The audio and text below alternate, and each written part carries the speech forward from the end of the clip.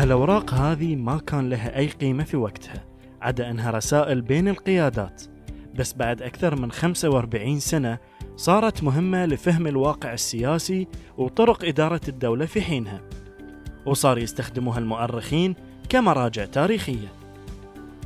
كل هالوثائق وغيرها الآلاف محفوظة في مركز الوثائق التاريخية بمركز عيسى الثقافي في مكان آمن وسليم.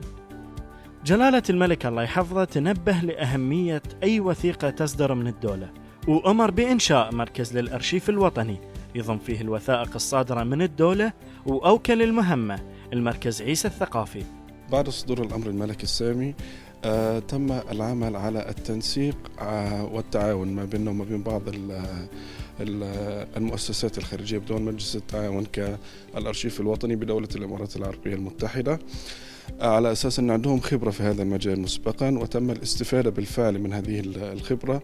ومؤخرا قمنا بعمل دورة وورشة تدريبية لبعض المسؤولين في مملكة البحرين على مستوى وكلاء الوزارة والوكلاء المساعدين والمدراء وبعض الموظفين المختصين بالأرشفة. العم أبو عبد العزيز أحد اللي يشتغلون بمركز الوثائق التاريخية، وضع كل خبرته بالأرشفة وحفظ الوثائق رهن إشارة الجميع لخدمة البلد، وقدر خلال الفترة الماضية أنه يساهم في فرز وحفظ كل الوثائق التاريخية حسب أهميتها وتصنيفاتها.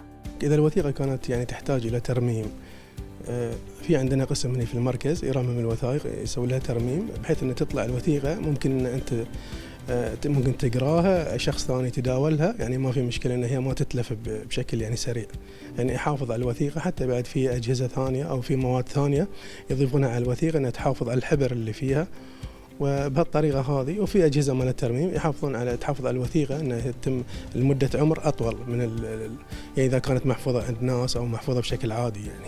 الأرشيف الوطني بيشتغل على حفظ تراث البحرين للأجيال القادمة، وبالتعاون مع كل الجهات بما فيهم مركز الوثائق التاريخية اللي يمتلك كل إمكانيات حفظ الوثائق وترميمها وتخزينها. وهالخطوة طبعا بتحفظ تاريخ البحرين وبتعطي الأجيال القادمة فكرة كاملة والخبرة اللازمة لكيفية إدارة الدول والحفاظ عليها وشلون كانت عايشة البحرين.